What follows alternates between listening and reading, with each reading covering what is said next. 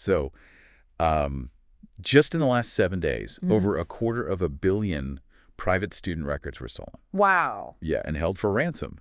And a massive, highly profitable tech company just replaced like a fifth of its human workforce with automated code. Right. It's a lot to process. And while state-sponsored hackers started weaponizing software vulnerabilities before the original developers even realized their own code was broken. It's just this profound whiplash, you know? We're basically watching the bedrock of our global infrastructure, from how we secure our data to how we educate our kids, just buckle. Yeah, under the sheer speed of all this technological change. Exactly. The institutions we rely on just, they simply cannot keep pace with the tools we're building. And that is exactly what we're getting into today. Welcome to the Deep Dive. Today is Monday, May 11, 2026. Glad to be here. We have a massive stack of updates for you from the morning briefing. We're covering global conflict, cyber warfare, huge shifts in the education sector, and major corporate restructuring. It's a busy week, to say the least. Our mission for you today is to pull back the curtain and connect these, seemingly completely unrelated dots. Right, because they really are connected. Exactly. We want to show you how the rapid acceleration of AI and global tech isn't just some abstract headline. It's fundamentally rewiring the world you interact with every single day. From the global supply chain down to your local school district. And even, into your family photo albums, which we'll get to later. Because when you look closely at these developments, they aren't isolated events at all. I mean, they're dominoes. Yeah. A geopolitical blockade on one side of the globe is, believe it or not, actively dictating the software budget of a third-grade classroom on the other side. Okay, let's unpack this. I want to start right there with the macro view. Because it feels like global leaders are playing 3D chess, right? Where one board is military and the other is microchips. That's a great way to put it. Let's look at the Middle East. We are on day 72 of the conflict. And over the weekend, Iran submitted a counterproposal to the U.S. ceasefire plan. Which didn't go over well. Not at all. President Trump immediately rejected it. He called the terms, quote, totally unacceptable. Well, the demands from Iran were essentially a non-starter for Washington. I mean, the counteroffer demanded official U.S. recognition of Iranian sovereignty over the Strait of Hormuz, Right. along with war damage compensation and the release of frozen assets. The White House just flatly refused. And Israeli Prime Minister Netanyahu also aligned with Trump on a strict condition for any pause in fighting, right? Yes. A non-negotiable demand for the complete removal of Tehran's highly enriched uranium stockpile. And while the diplomacy completely stalls, the actual theater of conflict is just getting wider. Right. Like on Sunday, May 10th, Iran launched a wave of drone strikes targeting Gulf partners. Qatar, the UAE, and Kuwait. Yeah, places where U.S. military operations are hosted. But the piece of this conflict that directly impacts every listener's daily digital life is the dual blockade happening in the water right now. If we connect this to the bigger picture, it's huge. Yeah. The U.S. Navy is blockading Iran from the eastern approaches of the Persian Gulf. And in response, Iran is restricting traffic through the Strait of Hormuz. Which is a massive maritime choke point. Exactly. We are talking about roughly 21% of all global oil transit.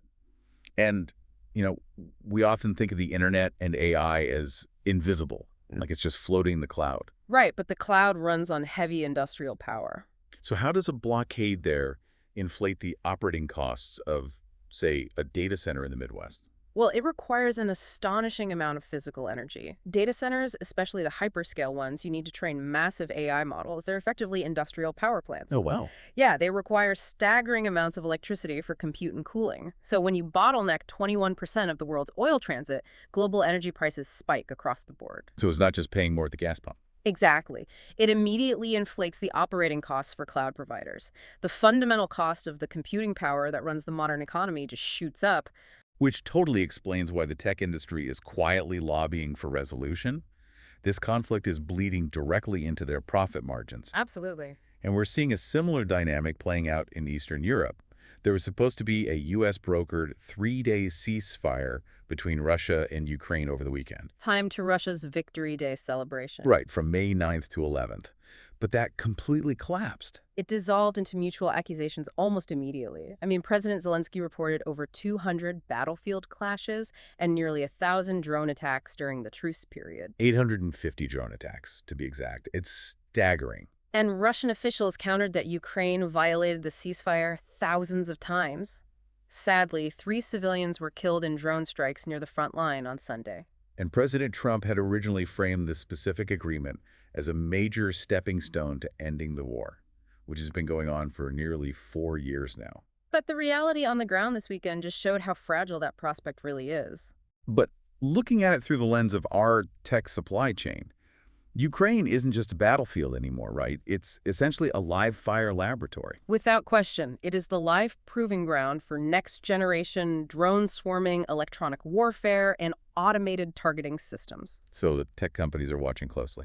Oh, Western defense contractors, semiconductor manufacturers, cybersecurity firms, they are watching every single clash. Because the performance of these systems in Ukraine directly dictates billions of dollars in investments. Across Europe and the U.S. Exactly. And all this global tension converges later this week in Beijing. We have the upcoming Trump-Xi summit. The leaders of the two most powerful nations are sitting down. And the Iran conflict will definitely be front and center. The U.S. is looking for China's leverage over Tehran. But when you look at the rest of the agenda, it is just completely dominated by the tech supply chain. Right. They aren't just talking about trade deficits anymore. They are talking about semiconductor controls, rare earth mineral exports, and, crucially, AI governance. All about the chips and the algorithms. The long-term global competition hinges entirely on AI cooperation protocols and chip export rules. China wants to consolidate its tech independence.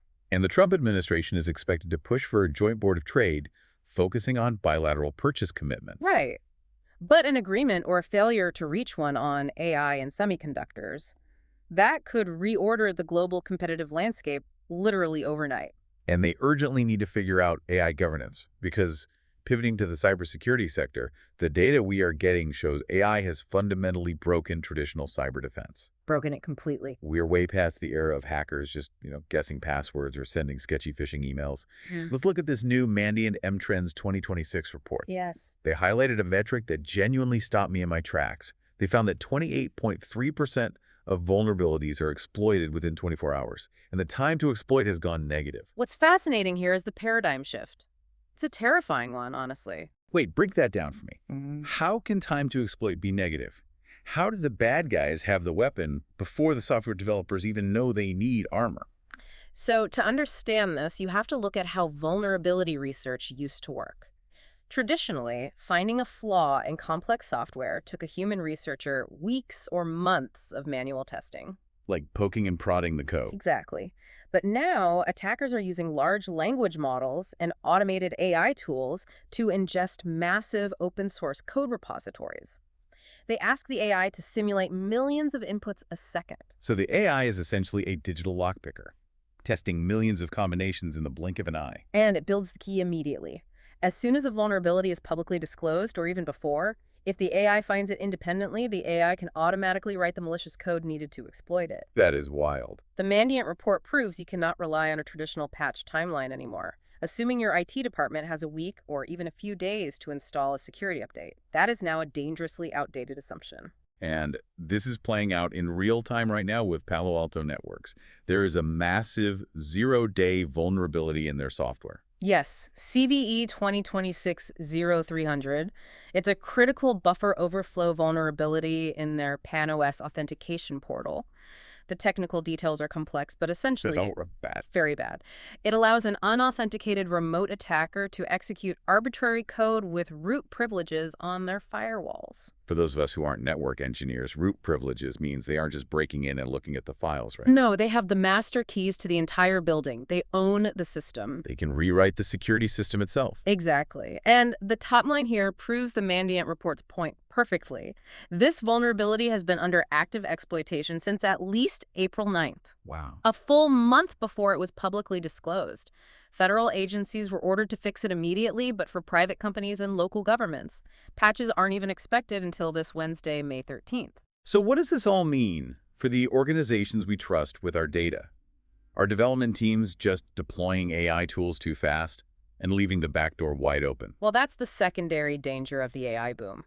Look at this new threat framework popping up called PCPJAC. Right, PCPJAC. It targets exposed cloud infrastructure. Specifically, deployments like Docker and, crucially, RayML. And RayML is like the underlying infrastructure that data scientists use to build and scale machine learning models. Precisely. Because every company is rushing to integrate AI, data science teams are standing up these testing environments incredibly fast. Just to get things working. Yeah, and often they bypass the rigorous security protocols that would normally apply to a production server because they just view it as an internal sandbox. But it's connected to the internet. Right. And PCP Jack is designed to scan the internet, find these unprotected machine learning sandboxes, and harvest the credentials stored inside them. So it exploits the exact gap between how fast organizations want AI and how slowly they secure it. Now, we talk about cloud infrastructure in 0 days, and I know it can feel a bit abstract, but here's where it gets really interesting. This cyber arms race is hitting incredibly close to home. On a very visceral, local level. Right. The pressure to digitize everything without checking if it's secure is devastating local communities. We pushed all this interactive tech into the classroom during the pandemic, and now we are seeing the fallout. The Instructure Canvas LMS breach. Yes, Canvas is the learning management system used by tens of thousands of schools. And it was just breached twice in 8 days. By the Shiny Hunters extortion gang. And the scale is just staggering. They utilized Canvas's own data export features to quietly harvest hundreds of gigabytes of information. From nearly 9,000 schools, we're talking about 280 million records exposed. And it's not anonymous data. It's student names, email addresses, student IDs. And private direct messages between students and their teachers. And the hackers have set a hard deadline. They plan to leak the entire data set onto the dark web tomorrow, May 12th. The timing is catastrophic. When the second attack hit, Instructure had to pull Canvas entirely offline, which completely paralyzed final exams and end-of-semester grading for universities everywhere. It's like we handed kids the keys to a high-speed sports car before checking if the brakes worked. And the long-term damage is the compliance nightmare. Schools are bound by FERPA, the Family Educational Rights and Privacy Act. Right, federal law. Yeah, when you lose the private messages and grades of millions of minors, institutional trust evaporates. The legal liability is massive. And you are seeing parents and administrators wake up to this. There is a massive structural backlash happening against technology and education right now. States are stepping in to impound the sports car, so to speak. It's profound reckoning. 36 states plus D.C. now restrict student cell phones in school. Look at Los Angeles Unified, the second largest district in the country. They just required a comprehensive screen time policy for the upcoming year. They outright banned YouTube and video streaming in class. And Utah went even further. They banned screen time entirely for kindergarten through 3rd grade. Which makes perfect sense from a financial perspective, too. I mean, if you were a local school district facing severe budget shortfalls because of inflation. Which ties right back to that Strait of Hormuz blockade inflating energy costs. Exactly. You cannot afford to pay for 50 different fragmented, flashy apps that end up leaking your students' private data. So the ed tech industry is being forced to adapt. Renaissance just launched a massive consolidation effort called their Education Intelligence System. To bring it all under one roof. Right. Schools no longer want standalone apps for reading, math, and testing. They want one unified, highly secure environment.